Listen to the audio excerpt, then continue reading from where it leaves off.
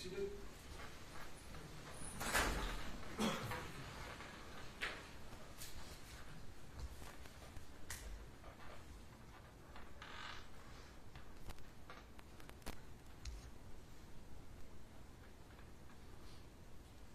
All right, we're going to go on the record in Otero County Cause PD 2023-18, CR 2023-96, CR 2022-311, and CR 2023-194.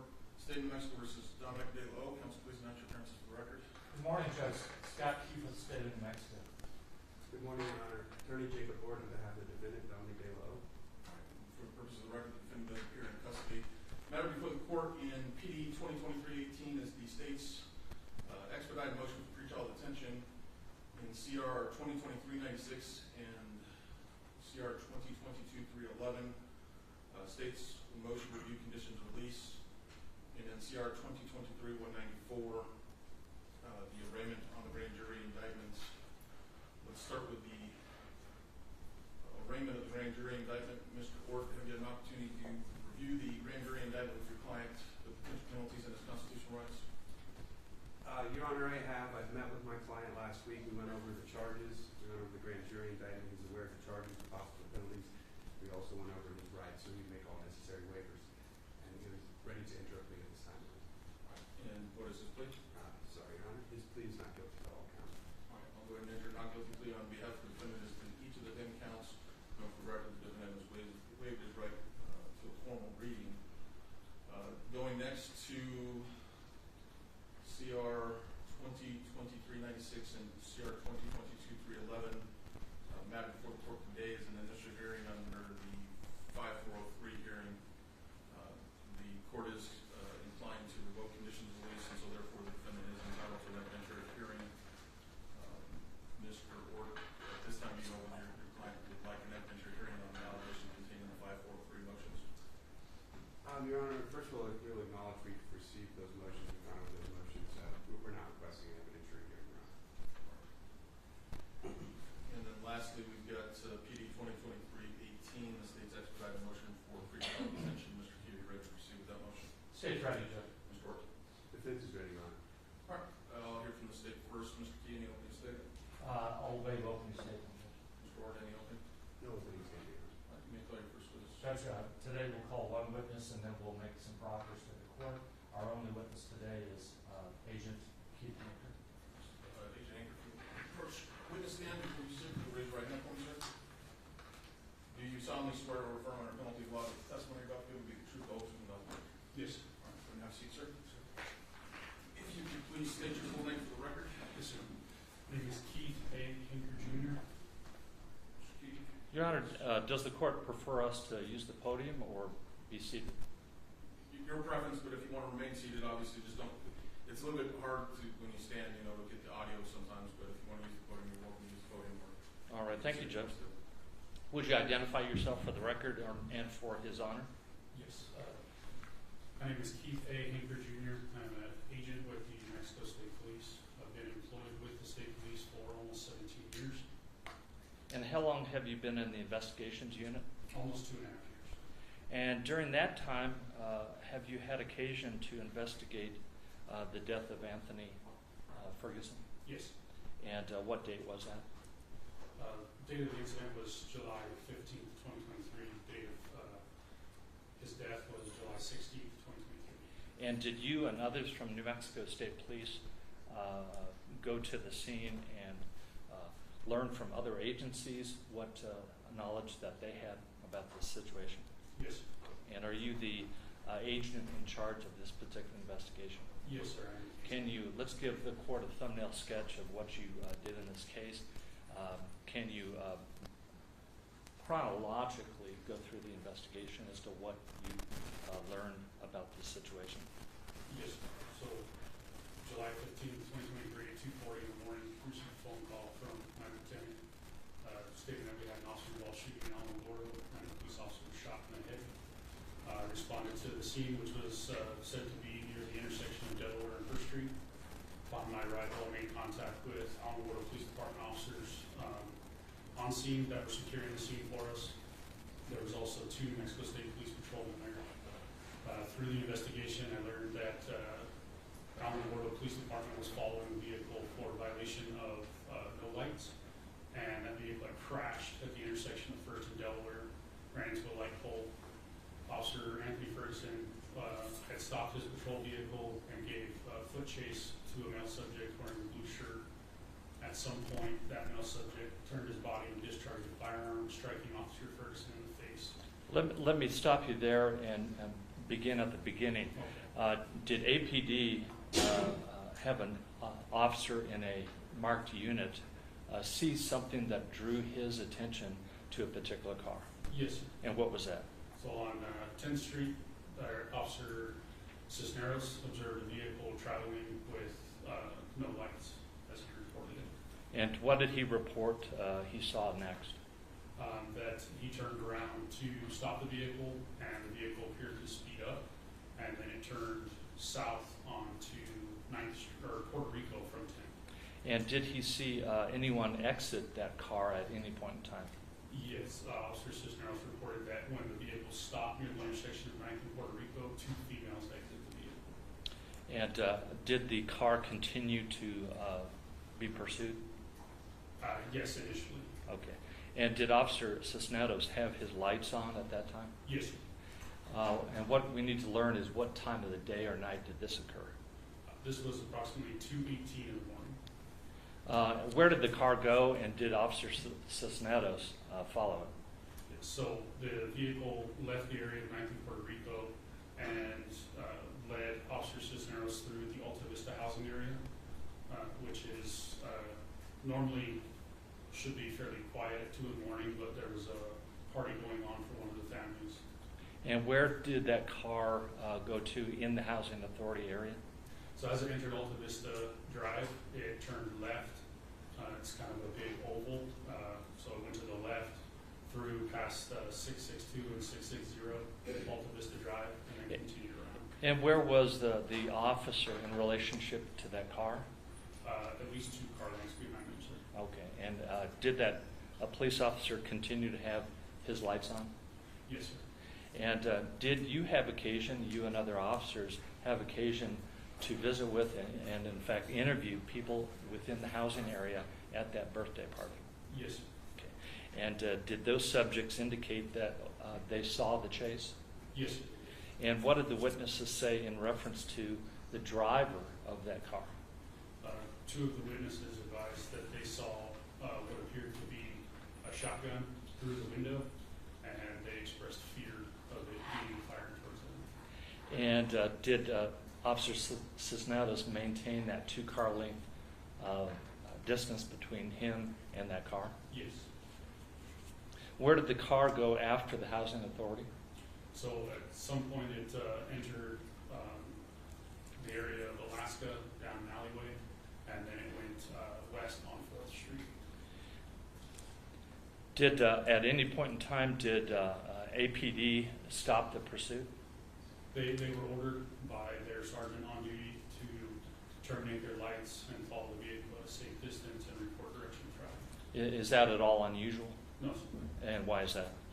Just for safety of the public, if we turn off our lights and we increase distance between us and the vehicle, it's believed that the vehicle will stop driving erratically. Was all this communicated over the radio? Yes. And did other units position themselves in order to attempt to intersect that vehicle? Yes. And where was it picked up next? Officer Zek saw the vehicle near 4th and Virginia, still traveling westbound. Okay. And did he and other officers attempt to stop it again? So Officer Zek pulled into the roadway behind the vehicle and was reporting its direction of travel. He did not activate his lights. As it turned south on Delaware, he advised that it increased its speed, and then it crashed. Okay. And where did it crash? Near the intersection of 1st and Delaware. All right. And where was the crash in terms of the 10th Street? About 9 blocks away. Okay. And what, if anything, did it crash into? Crashed into a light pole. And where was the light pole in reference to the eastbound and westbound lanes of travel? It was directly in the median, separating the 2. Okay. What happened after the crash of that vehicle? After the vehicle crashed, through radio traffic, I learned that the officers had said that a male subject exited the vehicle and was running northeast, basically. Where and when did Officer Ferguson arrive at that general area? So Officer Ferguson arrived right as the vehicle crashed, and he's the one that announced that male subject in a blue shirt got out and was running. And what direction did the subject run to? He ran to the northeast. And did Officer Ferguson and other officers report what the person or the defendant was wearing at that time? Yes, sir. And what was the general description? The general description of the radio was just that he had a blue shirt. Okay. Any additional description regarding the pants and the shoes? Later on, yes, I did receive information that he was wearing light blue jean pants and blue shoes. And how many people exited the crashed car? One. And was that the subject that was identified as having blue, blue, blue? Yes, sir. Did Officer Ferguson give chase? Yes, sir. Now, did you have the aid of some video surveillance in the neighborhood? Yes. And did the video surveillance corroborate the fact that only one person got out of the vehicle? Yes, sir. What direction did that person flee? To the northeast. Okay. And what did Officer Ferguson do in return? He exited his patrol vehicle, ran along the driver's side to the rear, and then followed the subject into the alleyway. Okay. How much time from the crash to the foot chase are we talking about? Just a few seconds. Okay. And where was Officer Ferguson when he received a gunshot wound to the face? Just a few yards from the subject that was fleeing from. Okay. Now, what did other officers do in relationship to a gunshot that they perceived? They unholstered their duty firearms and they discharged rounds towards the male subject. And how many police officers from APD discharged their guns? Two, sir. And did one of those officers believe that he hit the subject? Yes, sir. Did the subject still flee? Yes. And in terms of time in seconds or minutes, how long did that person flee until he was apprehended? I believe it was pretty close, between a minute and a half to 2 minutes. Okay. And how was he dressed at that time? At the time they made contact with him again, Yes. he was shirtless, but still wearing light blue jean pants and blue shoes. Did officers that canvassed the area, did they find that blue shirt? Yes, sir. Where? Found it in the backyard on the back porch of 106 Delaware. And the person that ran from Officer Ferguson and was the subject of police officer shooting at that subject, did he receive a wound? Yes. And where was that wound? One single gunshot into the right leg. Okay. Now, did officers and your investigation reveal who that person was? Yes. Who was it? Dominic Devo. And do you see him in the courtroom here Yes. today? And what is he wearing? He's wearing a red jumpsuit.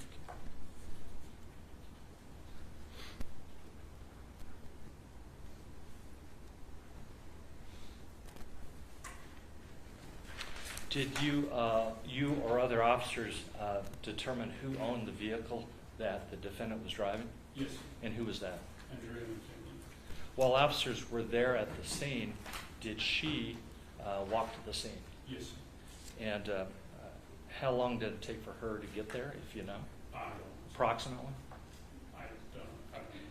You have any idea as to whether or not Miss McKinley was with the defendant during this chase or a part thereof? When the vehicle was stopped, yes. Okay. And was she in the vehicle? Yes. Are you talking about when you say when the vehicle was stopped, are you talking about the vehicle? Yes, sir. Did officers have any occasion to identify who else might have been in the car besides Miss McKinley? We had a person of interest, but we had not been able to locate her yet. Any idea how many total persons were in the vehicle at any point in time? Best of our knowledge and our information, there was 3, 2 females and 1 male. Judge, I'll pass the witness. Thank you. Yes, Your Honor. Good morning, Agent Hanker. Morning, sir. I just had a couple of questions. So So just to clarify, Officer Cisneros with the Alamogordo Police Department began following a vehicle with no lights? After it took off from him, yes, sir. Okay. And what was the initial reason then that he was following the vehicle? Initial reason, I'm sorry. What was the initial reason he was following it then before it took off? Well, he had conducted a traffic stop with his emergency equipment activated for no lights. Okay, thank you. Yes. And then at 9th and Puerto Rico, that's where Officer Cisneros saw two females exit that vehicle, is that right? Yes, sir. And he later determined, or law enforcement later determined, that one of those females was the vehicle owner, Andrea McKinley, is that correct? Yes. And to date, you've been unable, or law enforcement's been unable to identify the other female? We have an identification that we're able to locate her. Okay, and who is that person? Our best information is that it's Candace Orozco. Okay. And then, after the vehicle crashed, I think you said it was at around 1st and Delaware, it hit a light pole, is that correct? Yes. And then a male subject exited the vehicle, Yes. and then he ran to the northeast? Correct. Okay. And the male subject was wearing a blue shirt, is that right? Yes. And then, did you say blue shoes? Blue shoes. Do you know what brand the shoes were? No, sir. Okay. And then light blue jeans, so are we talking about denim, just a light colored denim? Yes. Okay. And you had testified that two officers from Alamogordo Police Department discharged rounds, is that correct? Yes, sir. And how many rounds approximately did the two officers from APD fire? Our count was 8. Okay. And of those 8 shots, one hit Mr. De La O? Yes. Okay. I have no further questions. Thank you, Agent. Just briefly, Judge, if I may. Did officers determine what type of weapon the defendant shot? Yes. What type? Sawed-off shot. And where was that located, if at all? There was a sawed-off shotgun located in a gun stock behind 106 Grand Alleyway. Okay. And how far from, Did you say it was in a gun sock? Yes. can you describe what a gun sock is? for the court? Yes. Gun stock is just a woven bag that keeps dirt and moisture off of the firearm, and it's large enough to conceal a sawed-off shotgun. And was that shotgun with the gun sleeve found in the same alleyway as the body of Anthony Ferguson? Yes. And approximately how far away were those two? 40, 50 feet maybe. I didn't measure it, so. That's all I have, Judge. Thank you. Agent Anchor, so the gun sock, was there damage to the gun sock? Like the fire through the gun sock, or was it? The crime scene team stated that they appeared to be a burn mark consistent with the gunshot through the sock. Based on my question, any questions, Mr. Orr? No, Your Honor. Thank you. Mr. King? Yes, sir. Yeah, this witness be permanently excused. He may. Any objection, Mr. Orr? No objection, Your Honor. All right, thank you, Agent King. You can either have a seat, Mr. Keir, you may move up to business. Mr. Keir, next witness. That's all the testimony that we'll take today, but I do reserve my right, and I intend to do so, make a proffer at the court regarding other matters. Mr. Orr, any witnesses? No witnesses, Your Honor. I'll take the stage property first, and then I'll go to the defense. Thank you, Judge. I'll return to the lectern. Judge, we'd request the court to take judicial notice of this file and the motion for expedited hearing for pretrial detention, along with two matters in this district, D-1215, CR 2022-00311, and D-1215, CR 2023-00096. Court will take judicial notice of those cases that court I think M38 FR 2022-31 is the companion case, CR 2022-311, and M38 FR 2023-58 is the companion case, magistrate companion case for CR 2022-96. Court will take judicial notice of those full copies. Thank you, Judge. If the court did review or will review shortly, the first case in time is 2022-311. The defendant was charged with and is pending trial, having been charged with aggravated fleeing, DWI, drugs, and that date of that incident in the indictment is January 24th, 2022. In that case, Judge, there is an order of conditions of release on January 25th, 2022. The defendant also failed to appear for a preliminary hearing that was scheduled in that case on March 2nd, 2022, and a bench warrant was issued at that time. He was rearrested on August 1st, 2022, almost 5 months after, 5 months to the day. On the August 2nd, 2022, the court issued a lower bond, a secured bond of $1,500. On October 7th, 2022, there was a letter of noncompliance by pretrial services, and that was sent to all the parties and the court. On October 12th, 2022, the state asked for a bench warrant in that case. And on August 13th, 2022, the defendant failed to appear once again. The next order of events, of course, is he offended on January 29th, 2023, which precipitated the charges in CR 2023-96. Mr. Key, on that case, the criminal complaint indicated there was a blood draw. Do you know the results of it? I do not at this point in time. Continuing on in the aggravated fleeing case, on March 6, 2023, there was a conditions of release hearing. The state called 2 witnesses in that evidentiary hearing, and at that point in time, the court found that there were violations and found and published an order indicating that the defendant at that time would be held without bond until trial. Formal order was issued and filed on March 7, 2023, and the next event that happened was a hearing on June 16, 2023, where the defendant was released. Going in the chronological order of CR 2023-96, factually, this was the case where the defendant had a gun in his possession, and there were pending bench warrants for his arrest, and officers with APD confronted him at the car wash at the top of 10th Street. There was a struggle, and he was arrested and had that firearm in his hands, and as a proffer, part of that case showed that he was pointing the gun at his head. At his head, but at any point in time, did he point at anybody other than himself? We don't believe so.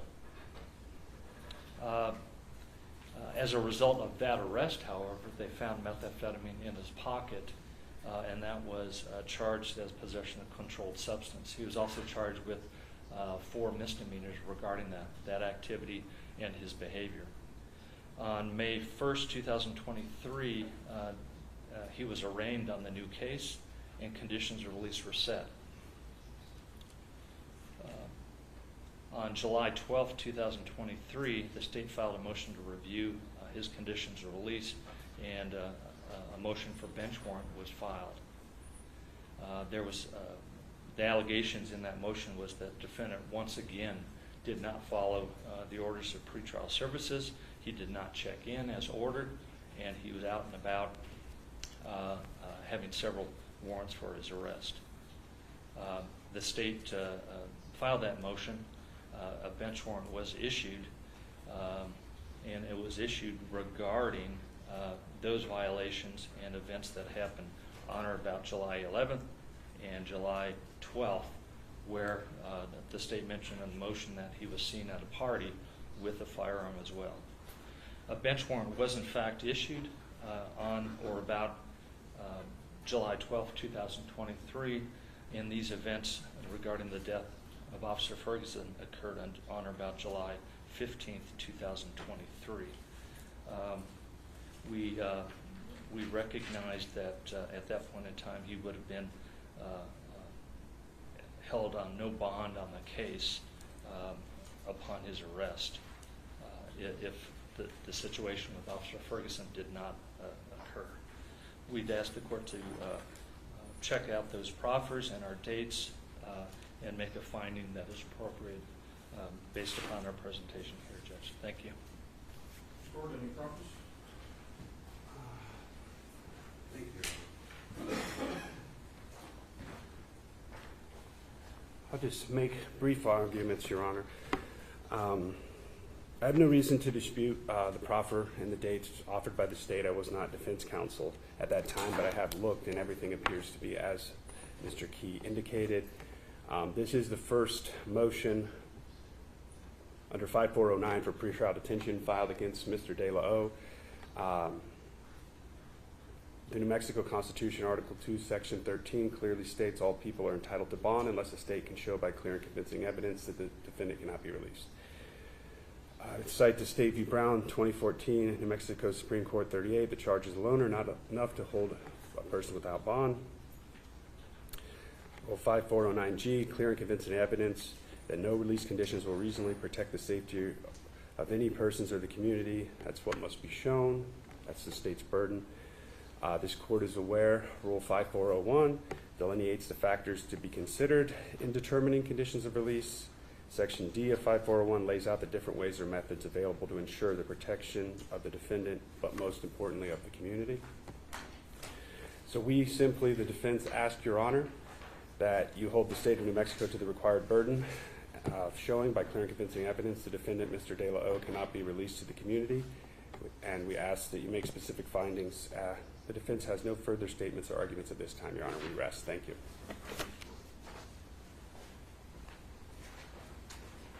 Court's going to grant the state's 5409 motion. I'll enter a detailed order with the factual findings required within 3 business days. And I'll submit an order to that effect as well. Related to the CR 2023-194 matter, just want to have a brief conversation scheduling, because I'm going to send out a proposed scheduling order. My initial reaction is probably minimum of 2-week trial, and I'm looking at either October or November. He's entitled to expedited scheduling priority under 549 now. I can set it sooner, I just want to be practical. So I want to get a setting, and I think both of you appeared before me, my scheduling orders, and I'm not going to move the trial absent some sort of emergency. So I can set it sooner than that, because under 549 he's entitled to it. I just don't want to set either party up for failures. I know that there sounds at least some items are probably on the state crime lab, and we don't know how long those are going to come back, so there's going to be some discovery periods that we need to discuss. Just off the top of my head, I imagine we need the autopsy report. I don't know what else has been submitted to the state lab at this point, Mr. Keith. Judge, items in the case, evidentiary items will be going to the crime lab. I can't confirm that they've gone yet. And also the autopsy, while we have a preliminary finding, we do not have that as well. So the state will have to consult with its calendar and secretary to indicate whether or not November or December are practical. I know we would. And obviously I'm not talking 2023. Yes. I'm talking 2024. So. And we're not talking about a 2-week trial, Judge. I would imagine 1 week. 1 week. Yes. Thank you. Mr. Ward, you think 1 week would be sufficient for a trial? I know you know very little at this point, and I'm not going to hold you to it, but Your Honor, I think it approximately 7 days. I guess calendar, not business week, but 7 days should be sufficient. all right. So 7 days per trial. I'll reserve the 7 days per trial.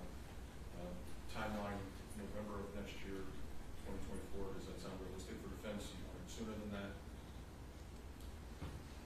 I think at this time, Your Honor, that sounds reasonable. If we need to, we can certainly ask the court to revisit it if the court's open to that. But I think that's reasonable given how much evidence is going to have to come out and be sifted through in this case.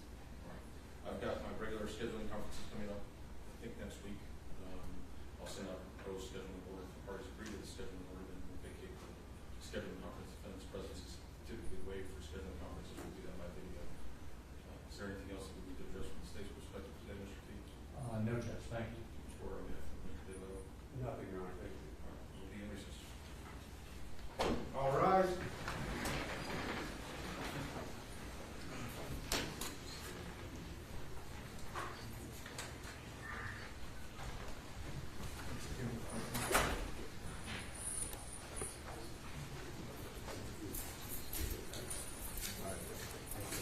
Did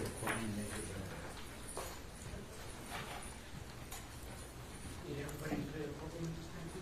Thank you.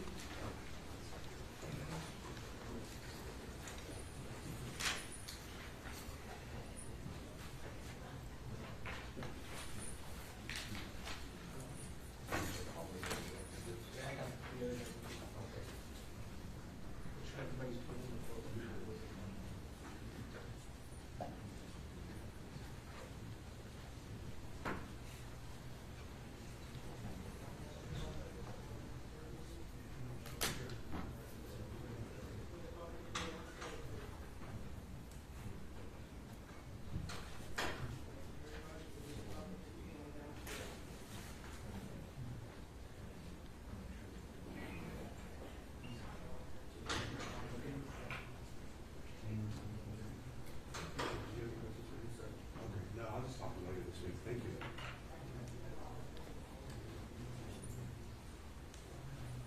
What do you want to do?